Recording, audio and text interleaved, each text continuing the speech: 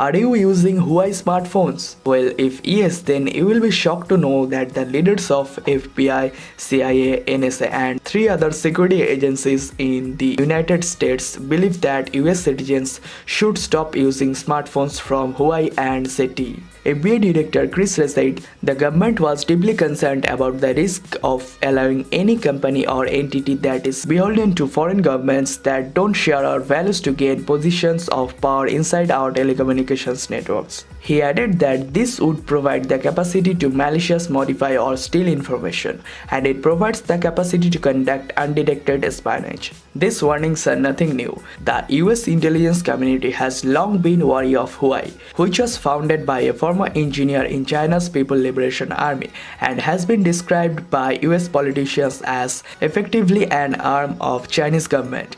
This caution led to a ban on Huawei bidding for US government contracts in 2014, and it is now causing problems for the company's push into consumer electronics. Well, when on the panel of 6, including officials from the CIA and Defense Intelligence Agency, was asked to raise their hands if they would recommend private citizens use a device from ZTE or Huawei, not one hand was raised. On return, Huawei defended itself by saying that their brand is now trusted in over 100 countries around the world. Huawei also criticized the US government for calling Huawei riskier than any other company. Huawei's Vice President of External Affairs, William Plummer, said Huawei is trusted by governments and customers in 170 countries worldwide, connecting 1/3 of world's population. Privacy and security are critically important to all of us these days, and we must all be cautious to protect our personal and family and professional data from compromise. Although Huawei started life as a telecom firm creating hardware for communications infrastructure, the company's smartphones have proved incredibly successful in recent years.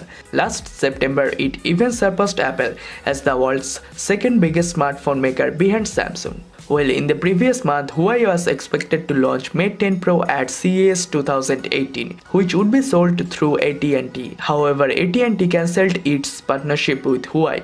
The smartphone was launched anyway, but only independently, which is not positive. And that's all for today, guys. If you guys like this video, please give this video thumbs up, and if you guys don't like this video, please go to the comment box and state your reason there. If you guys like this video, please hit the subscribe button down there.